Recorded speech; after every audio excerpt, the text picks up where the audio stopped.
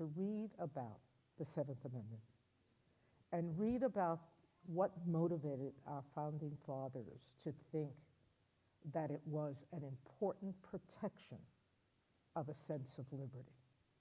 And their main reason was, remember that the crown controlled justice in their time.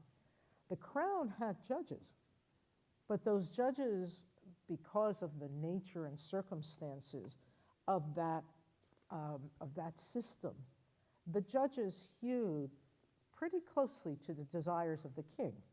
You didn't keep your job if you didn't. And I think our founding fathers understand that no matter how you appoint your judges, whether they are elected or appointed, politics will always play a role in the appointment of judges.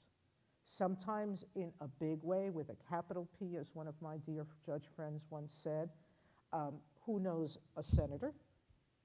Or in a small p, that you're involved in community affairs.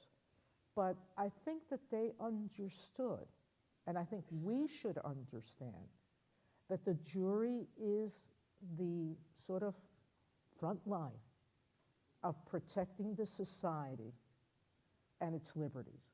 And I think that's terribly important for us to continue and to uphold.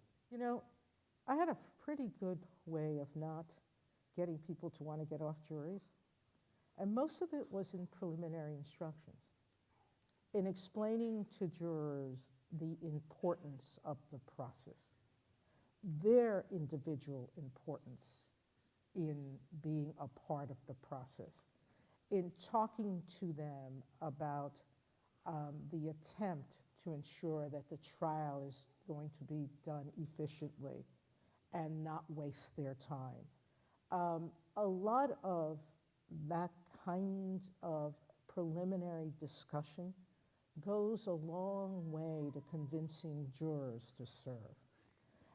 Knowing, I mean, you have a lot less people asking to get off juries when they know the trial's a week long. When it's 2 weeks long, a little harder, but not impossible. When you're talking about more than 2 weeks, you're going to have a hard time no matter what you do. In my experience, virtually every jury that served would tell me later that they were happy after they were picked. They were happy. I would always tell my jurors, and I tell people even now, I get so many calls from friends to ask me, how do I get out of jury service? And I still get those from my family, by the way.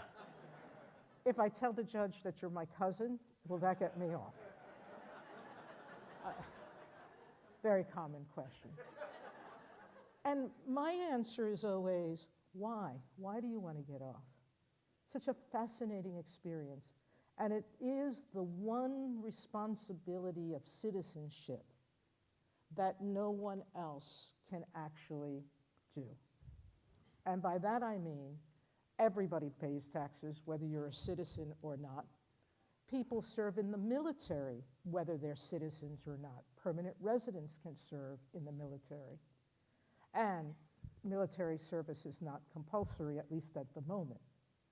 But the only other thing that you can do is vote as a citizen. But this is the one activity where you're asked to serve and to actually come to a decision on the behalf of the society that you represent.